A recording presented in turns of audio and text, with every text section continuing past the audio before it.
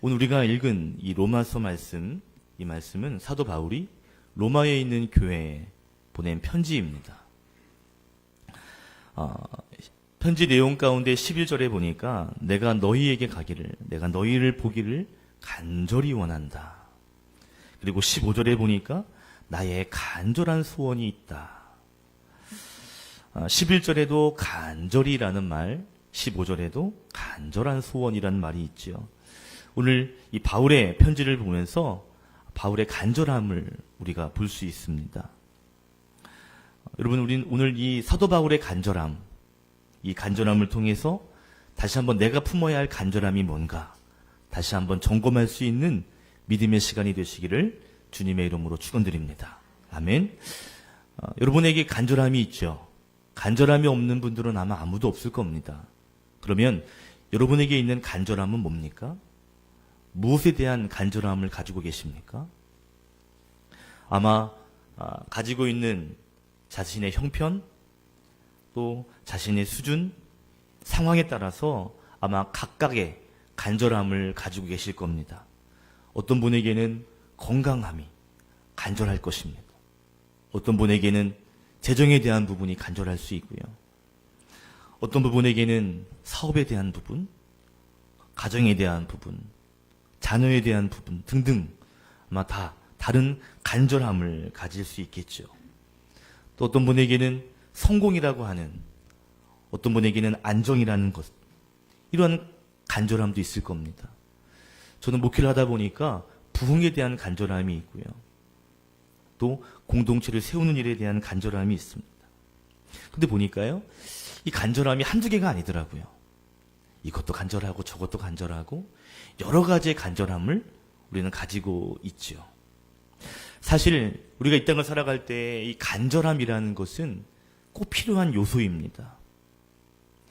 내가 가진 실력 못지않게 꼭 필요한 덕목이 뭐냐면 내 의지, 그리고 나의 간절함이 있죠.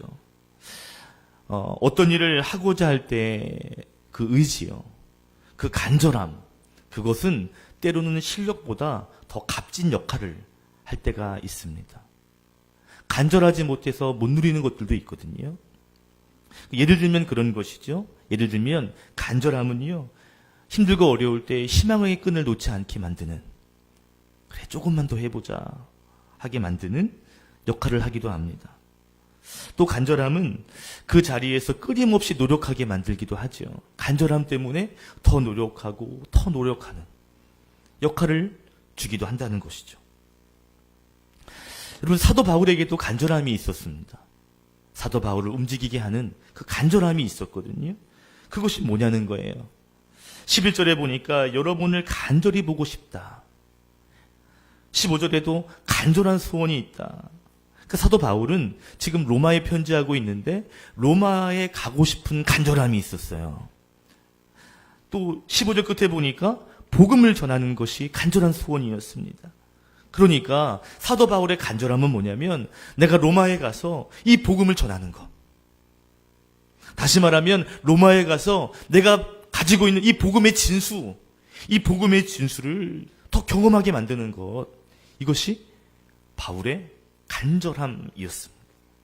그래서 그 로마에 가고 싶다 말하고 있는 거죠. 자, 그런데 여러분, 복음을 전하는 것, 이것이 간절함이었는데, 그런데 로마는요, 이미 복음이 전해진 곳입니다. 8절에 보니까 이렇게 말하고 있죠. 너희의 믿음이 온 세상에 이미 전파되었다. 이미 너희에 대한 믿음의 그 소문이 이미 온 세상에 퍼지고 있다. 이 말이 뭐예요?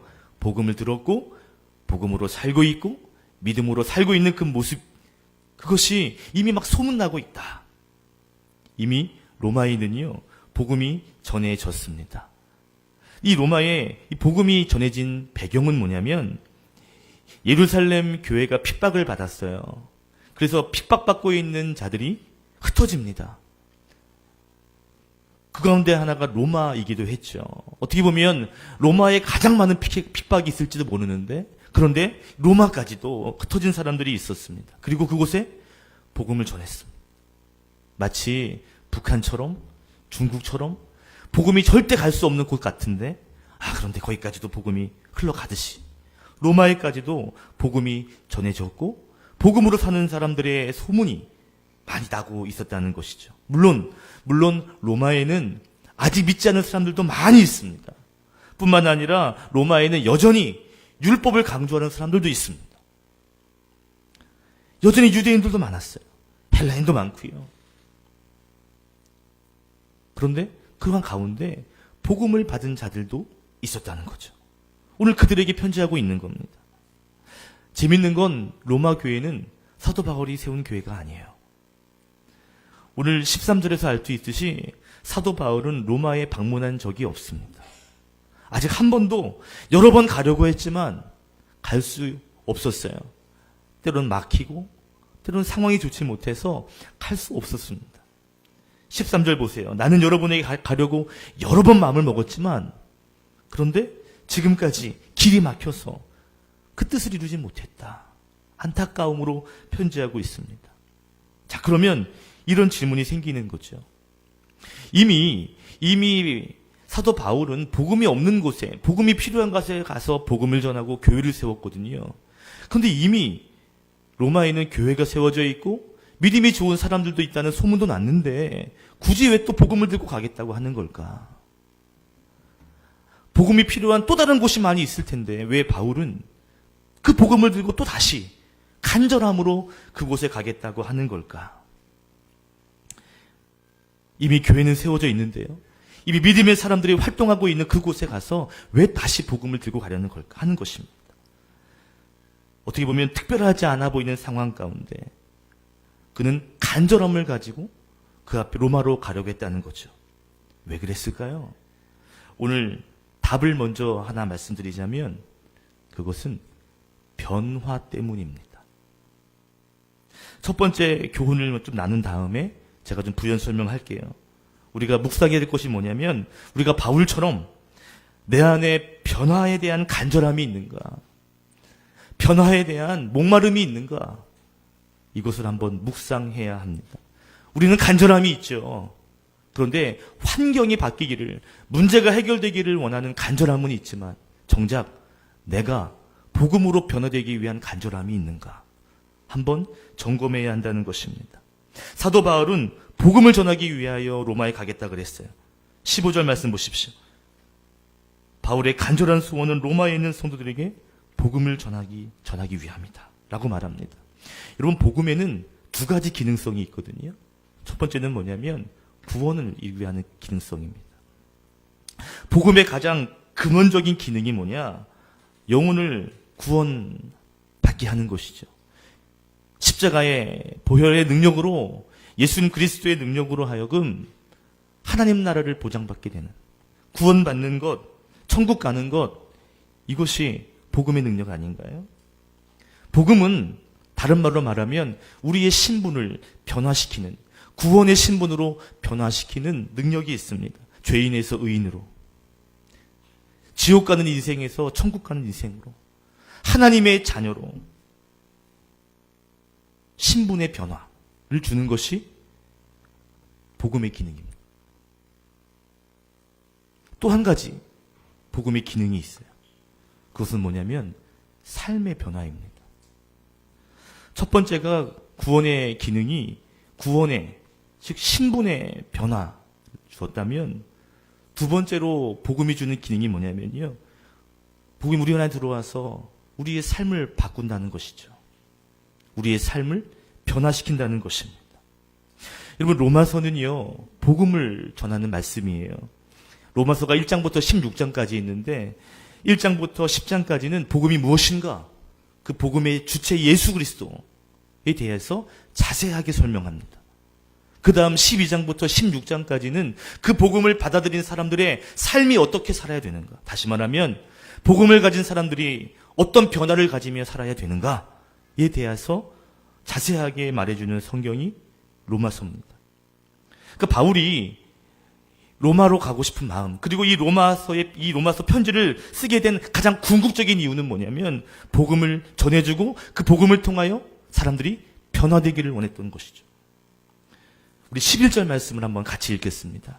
11절 시작. 내가 여러분을 간절히 보고 싶어 하는 것은 여러분에게 신령한 은사를 좀 나누어 주어 여러분을 굳세게 하고 하는 것입니다. 아멘. 바울이 복음을 통하여 이미 믿고 있는 성도들의 믿음을 더 굳세게 하기 위하여, 그들의 믿음을 더 굳센 믿음으로 변화시키기 위하여 사도 바울은 간절히 너희를 보고 싶다라고 말하고 있습니다. 여러분, 로마는 우리가 8절에서 보았듯이 이미 복음을 받아들이고 믿음으로 사는 사람들도 있었습니다.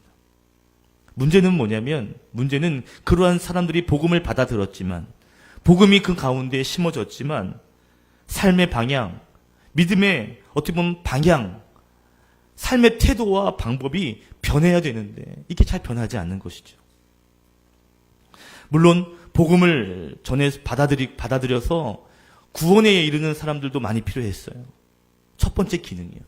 그런데 두 번째 기능, 믿음이 생겨도 삶이 바뀌지 않는, 믿음이 있기는 있지만 고난과 환난의 믿음이 흔들리기 일쑤였고, 복음을 받았지만 복음으로 살아내지 못하는, 복음이 내 삶을 지배하지 못하는, 복음이 내 삶을 인도하지 못하는 사람들도 있었거든요. 내가 가서 다시 한번 그 복음의 진수를 전해주고 너희의 삶을 더 굳세게 변화시키고 싶다. 너희의 삶이 더 강력한 믿음의 사람이 되기를 난 원한다. 라는 마음이 있었다는 것이죠. 그래서 그는 로마로 가기를 원했습니다. 로마의 성도들을 변화시키기 원했던 거죠. 그런데 그 방법이 그냥 복음을 전하고 가르치는 것만이 아니에요. 12절에 보니까 서로 격려하며 세워주기를 원했습니다. 12절 말씀도 한번 같이 읽어볼게요. 12절 시작. 이것은 내가 여러분과 함께 지내면서 여러분과 내가 서로의 믿음으로 하는 것입니다. 서로 격려를 받고자 하는 것입니다. 당신도 격려를 받고 나도 격려를 받고. 로마로 가고자 했던 첫 번째 목적은, 첫 번째 이유는요, 믿지 않는 자들에게 복음을 주기 위해서죠. 그다음 두 번째도 있습니다. 믿음이 있는 사람들이 복음으로 변화된 삶을 살아낼 수 있도록 격려하고 더 용기를 주기 위해서였습니다. 동시에 사도 바울도요, 그 일을 통해서 나도 격려받기를 원해. 서로 격려받기를 원한다. 사도 바울도 로마에 가서 복음을 들고 갔을 때 자신도 더 변화될 것을 기대했던 것이죠. 그러니까 사도 바울은 복음을 통해 성도를 구원하고 성도를 변화시키는 것뿐만 아니라 그걸 전하면서 또 나누면서 자기도 변화될 것을 기대했던 것이죠. 다시 말하면 바울은요, 이 변화에 대한 간절함이 있었어요. 변화에 대한 간절함. 여러분은 변화에 대하여 얼마나 갈망하고 계십니까? 변화에 대하여 얼마나 간절함을 갖고 계셔요? 어떤 설문조사에 보니까 이런 결과조사가 있었습니다. 많은 사람들이 변화에 대해서는 긍정적인 시선을 가지고 있지만 정작 내 자신의 변화에 대해서는 그렇게 적극적인 태도를 가지지 않는다. 변화 좋은 거지. 변해야지. 세상이 변하는데 변해야지. 한데 자기는 변하지 않는 것이죠. 변화에 대한 수용은 하지만 정작 나의 변화에는 힘을 쏟지 않는다는 것입니다. 혹시 여러분 이 은행들의 이름을 기억나시나요? 조흥은행. 일부의 젊은 분들한테 물어보니까 모르겠대요. 조흥은행, 주택은행, 상업은행 있었어요. 불과 20, 30년 전만 해도 대단한 은행이었습니다. 꽤 잘 나가는 은행이었습니다. 근데 지금 그 은행들 이름이 없어요. 합병했거나 망해서 뭐 이런저런 이유로 이름이 다 사라지고 말았죠. 여러 가지 이유가 있겠지만 뭐 부실한 운영, 뭐 IMF 등등등 여러 가지의 변화가 있지만 이유가 있겠지만 그 가운데 또 한 가지 이유를 들더라고요. 변화에 대한 대처가 부족했다. 변화에 대한 대처. 여러분, 우리가 예수님을 믿는다, 복음을 전해 받았다라는 것은 그냥 교회 출석하는 정도를 말하는 것이 아닐 겁니다. 예수님을 믿는다는 것은 복음이 내 가운데 역사하고 그래서 복음이 내 삶을 통치하는 삶. 이것이 복음을 믿는 사람들의 자세죠. 믿음이 있다는 사람은요, 날마다 복음을 의지해서 복음의 삶을 살아가는 것입니다. 복음이 인도하는 삶으로 내 삶을 맡기고 변화시키는 것이죠. 복음이 내 가치관을 바꾸고요. 복음이 내 신앙을 바꾸고요. 복음이 내 기준을, 내 삶을 완전히 바꿀 수 있도록 복음에 내 모든 것을 맡기는 것이 그것이 믿음으로 산다는 것 아닌가요? 그런데 많은 사람들이요, 복음에 완전히 맡겨지지 못하고 적당하게 복음과 줄다리기를 하며 살아간다는 거죠. 1900년도에 한국교회를 대표했던 여러 분들 가운데 김익두 목사님이 계십니다. 김익두 목사님이 황해도 신천이라는 곳의 출신인데요. 예수 믿기 전에 황해도를 주름 잡는 알아주는 깡패였습니다. 술 먹고 도박하고 욕잘하고 싸움 잘하는 아주 소문난 깡패였답니다. 근데 그분이 오늘 예수님을 만난 거예요. 그리고 목사님이 되셨습니다. 근데 사람들이 김익두를 알기 때문에 아유 저 김익두 안 변해. 아유 저 사람 저런 사람이 어떻게 변해. 그리고 처음에는 꺼려했다는 것이죠. 시험도 해보고. 그런데 변한 거예요. 많은 사람들이 김익두라는 사람의 변화로 은혜를 받고 나도 예수님 만나고 싶다. 김익두 목사님이 자신의 변화를 통하여 많은 사역을 감당했던 분이었습니다. 그의 변화를 통해 많은 사람들이 감동받고 예수님을 인정했죠. 그 변화가 사실 놀라운 영향력이 된 것입니다. 여러분, 사람들은 다 간절함을 가지고 있어요. 사도 바울도 간절함을 가지고 있습니다. 우리도 있고요. 근데 무엇에 대한 간절함이냐는 것이죠. 좀 좋아지는 환경의 간절함, 문제가 빨리 해결되는 것의 간절함, 그런 간절함도 필요하지만 내가 복음으로 날마다 변해되어 가는 그 간절함을 놓고 있지는 않은지, 복음이 내 삶을 지배하고 통치해서 복음이 나를 이끌어가는 삶으로 나가야 되는데 여전히 복음 앞에 변화되지 못하는 우리의 모습은 없는 것인지, 먼저 변화에 대한 간절함을 저와 여러분들이 가질 수 있기를 축복합니다. 우리가 변화되어야 할 자리는 어디까지 가는 걸까요? 예수님을 닮는 그 자리까지겠죠. 예수님이 계신 그 자리까지 날마다 변화되어 가는 것이 우리 모두가 가지는 숙제입니다. 오늘부터 시작하는 바이블 로드, 이것이 아마 우리의 삶을 변화시키는 것에 큰 도움을 저는 준다고 확신합니다. 마음의 이 변화, 신앙의 변화, 삶의 변화, 이 간절함이 없이는요, 쉽게 변할 수 없거든요. 여러분, 저는 이 영적인 이 변화의 간절함을 여러분 다시 한번 소유하시고, 그리고 변화되시고, 더 나아가서 사도 바울처럼 다른 사람의 변화까지도 주도할 수 있는 영향력이 있는 믿음의 사람이 되시기를 주님의 이름으로 축복합니다. 아멘. 자, 여러분, 바울은요, 오늘 로마에 가고 싶은 간절함, 복음을 전하고 싶은 간절함이 있었습니다. 그 간절함 때문에 내가 로마에 가고 싶은데, 이 복음 전하고 싶은데, 라는 마음이 있었죠. 자, 그런데요, 저는 성경을 읽다가 한 가지 의문점이 들었어요. 왜냐하면 사도 바울은 한 번도 로마에 가본 적도 없고, 또 그곳 사람들과 교제한 적도 없습니다. 인연이 없습니다. 그냥 소문만 들었을 뿐이죠. 그런데 14절에 사도 바울이 편지 가운데 이렇게 표현합니다. 나는 그리스 사람에게나 미개한 사람에게나 지혜 있는 사람에게나 어리석은 사람에게나 로마에 있는 모든 사람에게나 다 나는 빚을 진 사람입니다. 라고 말합니다. 아니 뭐 관계를 맺어야 뭐 이렇게 좀 교통이 있어야 뭐 빚을 지고 말고를 할 텐데 뭐 가보지도 않고 만나지도 않았는데 무슨 빚을 졌을까? 뭐 따로 받은 게 있을까? 사실 사도 바울의 이 빚짐은요, 고린도 이 로마 교회와의 관계 안에서의 빚이 아닙니다. 사람과의 빚이 아닙니다.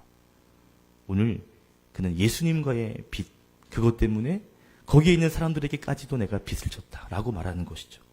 오늘 이 사도 바울의 간절함에 대해서 나누고 싶은 두 번째 교훈이 있습니다. 우리가 무엇을 점검해야 되는가? 사도 바울처럼 내 안에 예수님에 대한 간절함이 있는가를 점검해야 합니다. 예수님에 대한 간절함이 있는가? 아니면 환경의 변화, 문제 해결에 대하여 더 큰 간절함이 있는 것인가? 점검하셔야 된다는 거죠. 사도 바울은 로마 교회와 큰 관련이 없습니다. 그런데 그는 예수님에게는 큰 빚이 있습니다. 사도 바울이 사울이었을 때 예수님을 핍박했고요. 예수 믿는 사람들과 교회를 어렵게 했습니다. 물론 예수님 만나진 않았지만 예수님의 사람들을 박해했고 잡아들였고 죽음에 이르기까지도 했죠. 그런데 그 예수님이 바울을 만나주셨어요. 그리고 용서해 주셨습니다. 그리고 귀한 일꾼으로 세워주셨습니다.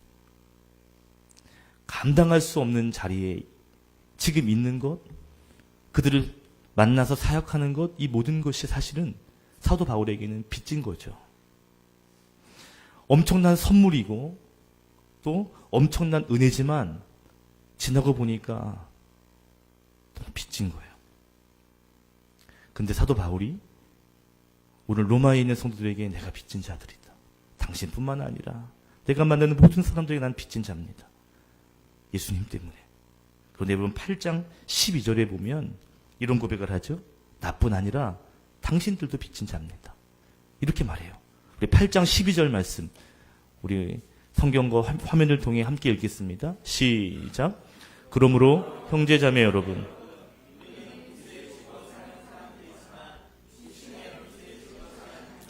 우리는 육신을 따라 살아가야 존재가 아닙니다.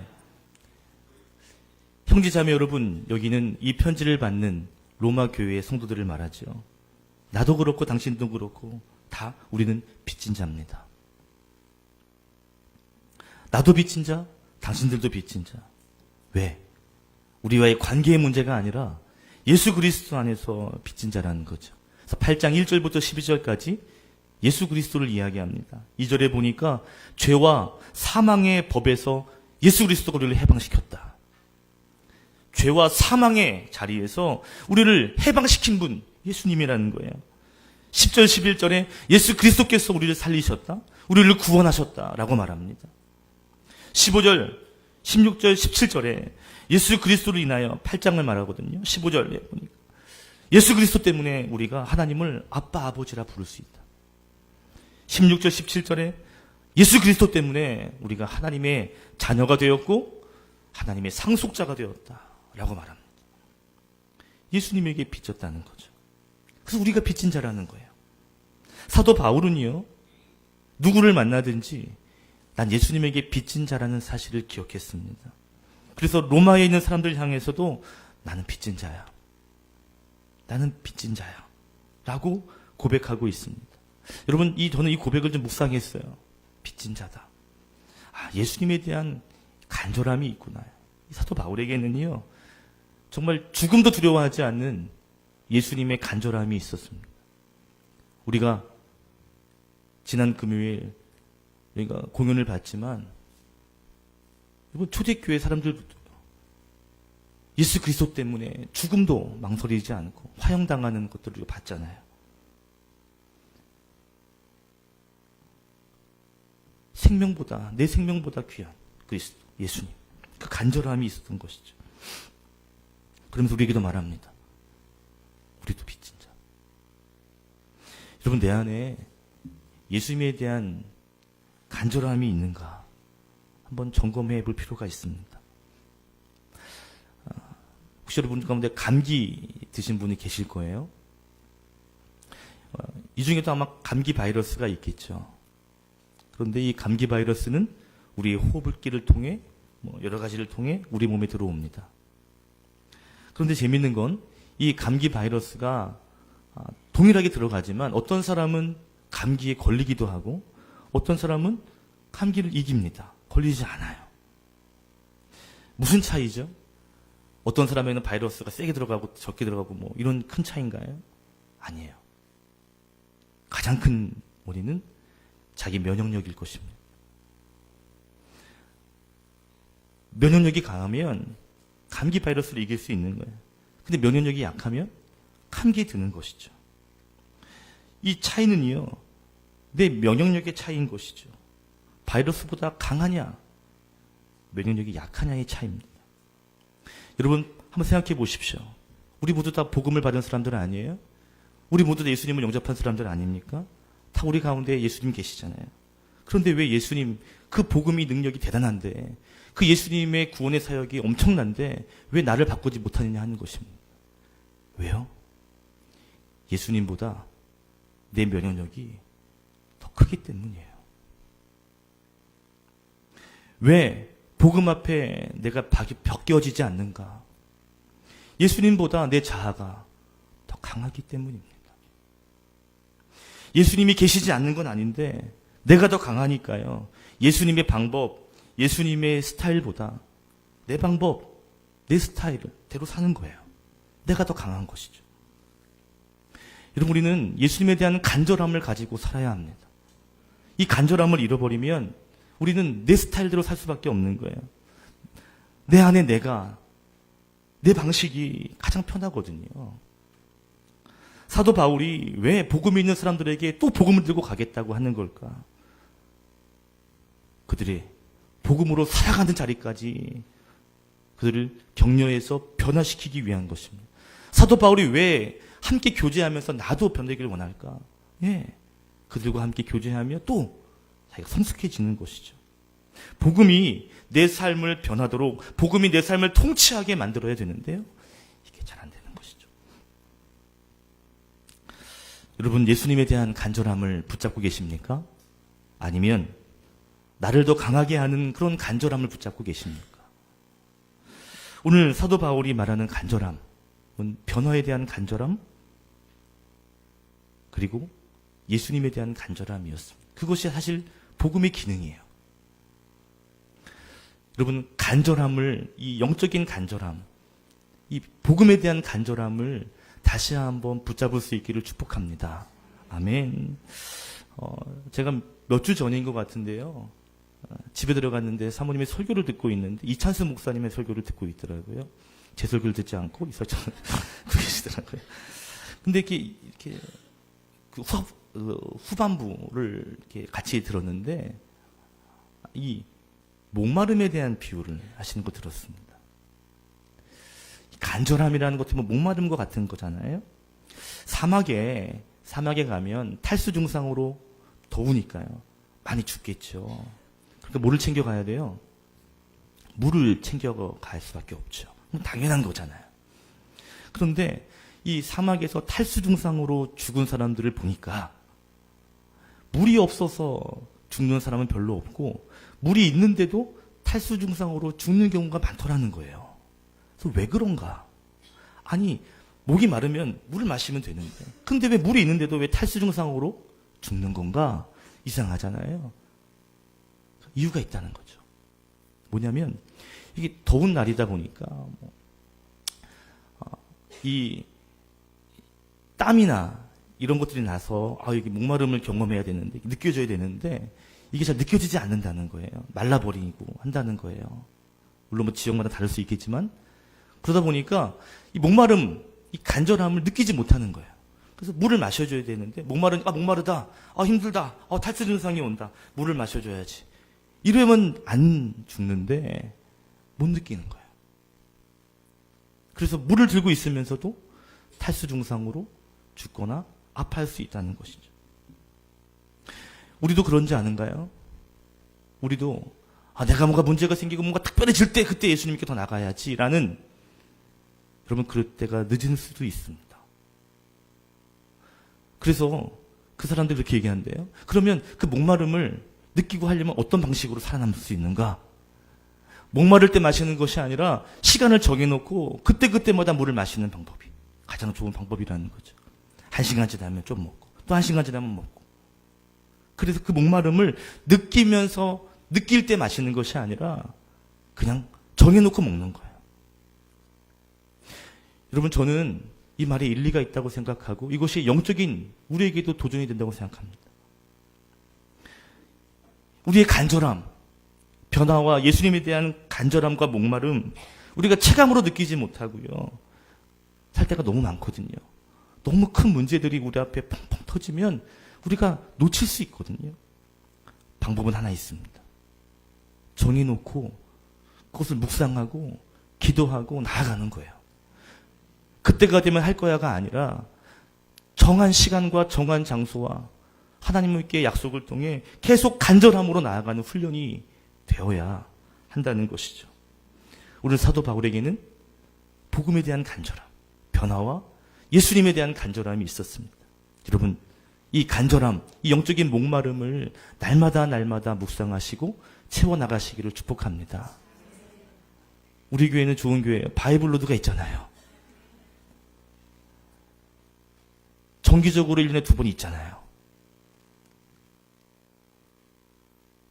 목마름, 간절함, 이것을 날마다 공급하셔서 하나님, 예수님을 닮아가는 그 자리까지도 날마다 성숙해 나가시는, 성장해 가시는, 변화되시는 믿음의 성도 되시기를 예수님의 이름으로 축원합니다. 기도하겠습니다.